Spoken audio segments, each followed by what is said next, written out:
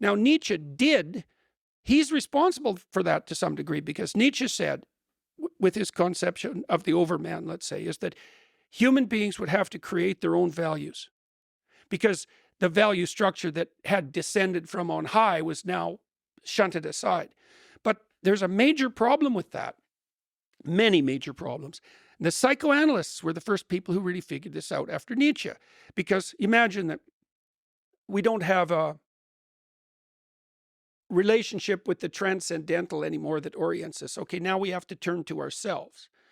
Okay, now if we were a unity, a clear unity within ourselves, let's say, then we could turn to ourselves for that discovery. But if we're a fractionated plurality internally, then when we turn to ourselves, we turn to a fractionated plurality. Well, that was Freud's observation. It's like, well, how can you make your own values when you're not the master in your own house?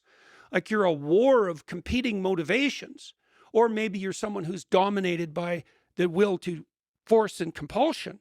And so why do you think that you can rely on yourself as the source of values? And why do you think you're wise enough to consult with yourself to find out what those values are, or what they should be, say, in the course of a single life?